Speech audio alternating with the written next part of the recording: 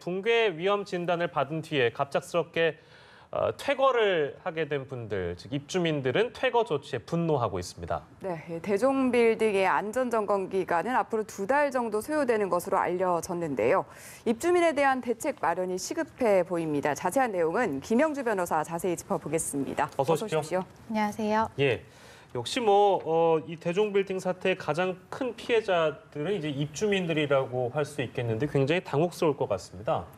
네, 지금 건물주만 113명이고 입주업체가 약 80여 개로 알려졌습니다. 네. 예, 이 사람들의 경우 갑자기 자신의 회사를 그만둬야 하는 그런 상황이 된 건데요. 네. 예, 강남구청에서는 보건소 그리고 동주민센터, 청년창업지원센터 등에 일단은 영업소를 두어도 된다라고 이야기를 했다라고 하는데 예. 사실상 회사라는 곳이 뭐 사람만 있는 것이 아니라 설비도 갖춰져야 이루어지는 곳이 아니겠습니까? 네. 예, 이 사람들 같은 경우에 지금 당장 급한 계약건이 있는데 이 계약건을 하지 못하게 되었다라는 이야기도 많이 나오고 있는 것으로 알고 있습니다. 예. 네, 말씀하신 것뿐만 아니라 지금 뭐 퇴거를 하면서 70% 입주민의 70%는 짐도 제대로 못 챙겼다 이런 얘기가 나오는데 여기에 대해서 뭐 보상은 이루어지게 되는 겁니까? 네, 일단 강남구청에서는 보상은 없을 것이다라고 이야기한 것으로 알려졌고요. 사실상 국가가 국민을 안전하게 보호할 의무를 집니다. 이 안전 의무에 따라서 긴급하게 퇴거 명령을 했기 때문에 법적 근거가 있는 이런 행위에서 보상이 이루어지는 것은 조금 어려울 것으로 보입니다. 사실상 임차인들에 해당하는 이 입주 업체들은 굉장히 손해가 막대할 것으로 보이는데요. 하지만 임대차 계약상에 이 기간을 보장을 해주어야 할 의무는 임대인들에게 있습니다. 네. 물론 이제 임대인들도 책임질 수 없는 사유로 이것을 보장하지 못하는 상황이기는 하지만 계약상 책임은 임대인들에게 있기 때문에 임차인들은 임대인들에게 보상을 청구해야 할 것으로 보입니다. 그런데 아무리 계약상으로 그렇다고 하더라도 뭐 물론 이제 법이란 게 그렇고 계약상 그렇다는 것은 충분히 이해를 합니다만 뭐 여러 방면으로 보도가 됐지만 올해 3월에 뭐 A등급 해놓고 9개월 지나가지고 2등급이다 나가라 이게 뭐 잘한 건 아니잖아요. 네, 맞습니다. 이제 구청에서 내놓은 입장은 뭐 우리도 육안으로 점검을 한다. 그리고 구조기술사가 아닌 건축사만을 대동을 해서 점검을 하기 때문에 이런 내부적인 문제를 자신들이 알기는 좀 어렵다라고 이야기를 했다라고 해요. 예, 그런데 사실 이게 최초 제보는 2층에 인테리어 공사를 시작을 하면서 지난달 26일에 강남구청에 문제가 있다라고 이야기를 했다고 합니다. 하지만 구청에서는 굉장히 일반적인 대답만을 했고요. 예, 이 사람들이 직접 전문 업체에 뭐 문제가 있는지 여부를 진단을 해달라라는 이야기를 했고 실제로 문제가 있는 것으로 보이자 구청이 움직였다라고 하는데요. 예, 법령에서 이 점검에 대한 기준도 굉장히 상세하게 규정을 하고 있습니다. 실제로 구청이 이러한 위반이 있었는지 여부는 한번 확인을 해본 이후에 책임 소재가 결정이 되지 않을까 싶습니다. 네, 시공사의 책임 얘기도 자연스레 나오고 있는데 시공사에 대해서 법적인 처벌이 가능한지 이 부분도 좀 짚어주실까요? 네, 현재 시공사 입장은 1991년 당시의 회사와 자신들은 사실상 큰 관련이 없다. 그리고 뭐 건물 이후에 시공 당시에 문제도 없었고 하자 보수 기간인 10년도 도과했기 때문에 자신들은 문제가 없다라는 입장인데요.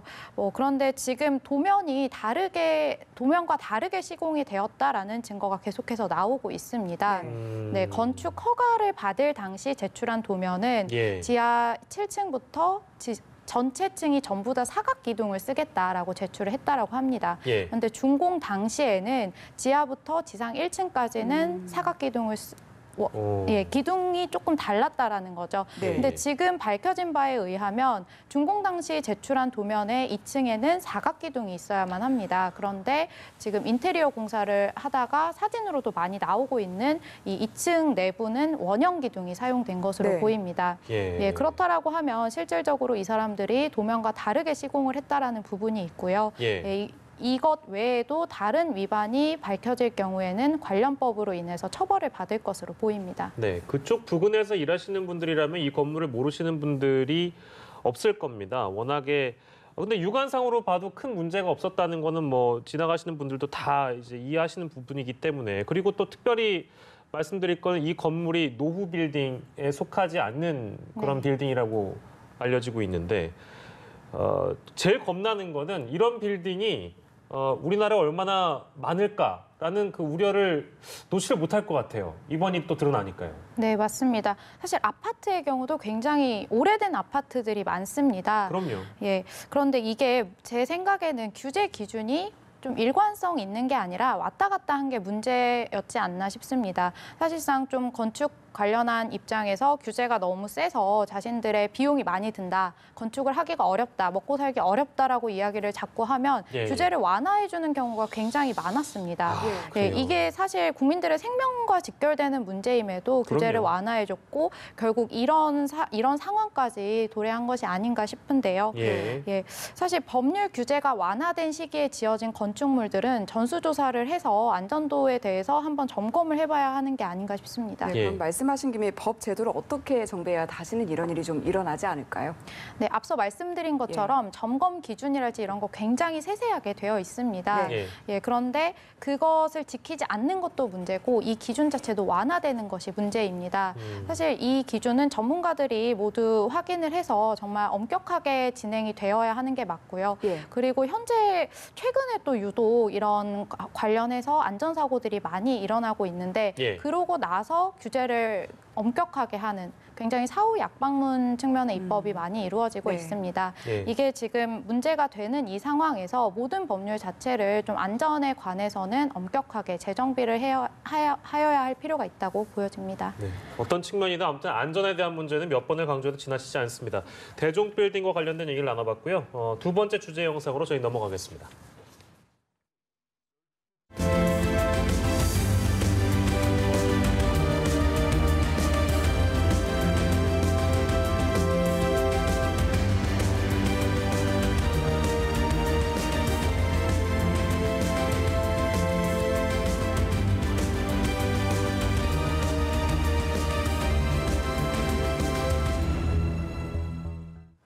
네, 설릉역에서 있었던 사건인데요. 이게 저도 처음에는 제가 좀 혼돈을 했습니다. 그러니까 그 실제로 가해자도 헷갈렸고 왜 싸웠는지도 헷갈렸고요. 이 사건에 대한 개요를 저희가 좀 정리하고 가겠습니다. 네, 지난 오전 2시경에 예. 20대 여성 2명이 선릉역 5번 출구에서 만났고요. 그리고 다툼 끝에 가해 여성이 피해 여성의 목 주위를 수차례 칼로 찌른 사건이었습니다. 예. 네, 이 사건에 나오는 이 2명은 사실 3년 정도 전에 게임을 통해서 만난 사이이고요. 예. 예, 이 둘은 뭐 연인 관계였다라는 이야기가 있는데 사실상 좀 굉장히 긴밀한 관계를 유지를 해왔던 것으로 보입니다. 네. 그런데 사실상 실제로 대면을 한 날은 예. 그 날이 처음이었던 거고요. 온라인상으로 3년간 교제를 한 것이고요. 네, 맞습니다. 네. 그런데 네. 이게 가해 여성으로 알려진 이 사람은 사실 게임상에서는 남성인 것처럼 행동을 했다라고 합니다. 네. 아. 예, 그런데 실제로 만나보니 피해 여성은 내가 남자라고 생각했던 사람이 사실상 여성이니 굉장히 당황했고 화가 났고요. 예. 그래서 이를 항의를 하고 좀 고성이 오가게 되자 이 가해 여성이 이 남성인 척했던 이 가해 여성이 피해 여성을 준비해간 흉기로 수차례 찌른 것으로 알려진 사건입니다. 피해자인 여성은 그러니까 너 왜 남성이냐라고 얘기해서 항의를 했는데 피해를 입은 거군요. 그러니까. 네, 맞습니다. 그렇죠. 네, 그리고 사실 뭐 어제까지만 해도 게임 때문에 일어난 사건 아니냐 이런 네. 얘기들이 나왔었는데 상관이 없다는 얘기가 나오더라고요. 게임과는. 네, 맞습니다. 이 둘이 만나게 된 곳이 게임이라는 공간인 것이지 예. 예, 실제로 게임 때문에 이러한 일이 발생한 것은 아닌 것으로 알려졌습니다. 네, 네. 게임은 일단 이유가 아니라고 저희가 정리할 수 있겠고요. 의문점은 제가 이해가 안 되는 부분 바로 이 부분입니다. 그러니까 처음에 저도 이 사건을 이해했을 때 네가 남자가 아니잖아라고 화가 나서 가해를 한 줄 알았는데 그게 아니고 반대로 피해를 입은 거예요. 그러니까 이제 어떤 애정 관계에 있어서의 범죄가 아니고 상대방이 화를 내니까 가해를 한 겁니다. 상대방 여성이요. 우발적인 범죄냐, 계획적인 범죄냐 어떻게 봐야 될까요? 사실 이게 계획 범죄이냐에 대해서 굉장히 말이 많은 것으로 그렇습니다. 알려졌는데요. 이 가해자가 준비해간 흉기라는 점이 좀 예. 많은 부분을 시사하지 않나 싶습니다. 네. 네, 피해자는 친구를 데리고 나왔다고 알려졌는데요. 뭐 가해자 입장에서는 친구를 데리고 나왔고 자신이 체격이 왜소해서 예. 뭐 무서워서 흉기를 들고 나갔다라고 이야기를 했어요. 근데 예. 사실상 3년간 나름의 긴밀한 관계를 유지해온 사이에서 뭐 흉기를 가지고 가지고 나가는 것은 상식적으로 말이 되지 않는다라고 그렇죠. 보여집니다. 네네. 예, 흉기를 가져갔다는 점에서 사실상 좀 계획 범죄로 보는 것이 우세하지 않냐라는 측면입니다. 네, 뭐 범행 수법이 상당히 잔인한데 어떻게 그렇게까지 했을지 참 여러 가지 의문점들이 남는데 사실 3년이 되는 시간 동안 뭐 예를 들어서 연인이라고 하면 전화 통화도 했을 것이고 하는데 왜 그런 점들은 몰랐을까? 이 부분에 대한 의문점을 제기하는 분들도 많더라고요. 네, 근데 이게 게임이라는 특수성을 조금 생각을 해보셔야 될 것이 뭐 실제 연인이 아니라 게임 속에서의 관계만으로 굉장히 만족을 하시는 분들도 많다라고 해요. 그래서 실제 연인이 있는 사람도 게임상에서 무슨 부부랄지 연인이랄지 이렇게 어떻게 보면 가상의 코스프레 같은 행동일 수도 있는 것이죠. 예, 그렇게 생각을 해봤을 때 그리고 또 가해자 입장에서는 자신이 남성이 아님을 숨겨야 하는 상황이었습니다. 그렇다면 전화를 먼저 하자라고 이야기를 할 상황도 아니었고요. 예, 피해자도 뭐 자신은 이런 관계만으로 만족을 했다라고 하면 굳이 전화를 시도할 이유는 없는 것이죠. 저는 아무튼 뭐 계속 언급을 합니다만 가해자에게 뒤따르는 물음표가 굉장히 많습니다. 그 피해자가 쓰러졌는데도 어떤 공격을 가한 어떤 잔혹성이랄까요? 그 부분도 첫째로 저희가 어찌됐든 내재적으로 접근할 수 있는 부분이라서 접근할 수밖에 없는 부분이라서 그 부분이 첫째로 궁금하고 둘째로는 또 이분이 그 유치장인가 그쪽에서 지금 현재 어떤지 모르겠습니다만 경찰 조사를 받는 와중에 뭐 피곤하다 뭐 이랬다면서요. 그 부분도 제가 기사로 언뜻 봤는데 이 두 부분을 봤을 때 이 개인이 이 가해자가 혹시나 좀 이게 특별한 부분이라고 얘기를 해야 될지 모르겠습니다. 좀 이상한 부분들이 여러 번 보이거든요. 이건 어떻게 보세요? 네, 가해자의 범행 수법을 봤을 때 뭐 정상적인 사람이라고 보기에는 사실상 좀 어려운 부분이 많습니다. 앵커님께서 말씀하신 것처럼 조사 당시의 상황에서도 이상해 보이는 부분이 많고요. 그리고 범행 수법에 있어서도 굉장히 잔혹하고 또 심지어 계획적으로 보이기도 하고 이해가 안 가는 부분, 사실 남자로 행세를 했다는 부분 자체도 조금 이해가 안 가는 부분이기도 한데요. 네, 이게 구체적인 사안은 정신감정 등을 통해서 밝혀지겠지만 현재로서는 조금 전문가들의 의견으로도 정신적으로 문제가 있는 사람이 아니냐라는 의견이 많은 것으로 알고 있습니다. 심리적인 부분까지 철저하게 조사가 이뤄지게 될 텐데 범죄가 입증되면 가해자는 어떤 처벌을 받게 될까요? 네, 현재 가해자는 자신이 계획적으로 범행을 저지르지 않았다라고 주장을 하고 있는데요. 뭐 흉기를 가져간 것을 봤을 때 좀 계획성에 대해서는 입증이 가능할 것으로 보이고요. 그리고 찌른 부위가 일단은 목 주위입니다. 네, 좀 일반적인 상해라고 보기에는 살인의 미필적인 고의를 가지고 행한 것이 아니냐라는 이야기가 많기 때문에 현재 경찰도 살인미수 혐의로 구속영장을 신청한 것으로 알고 있습니다.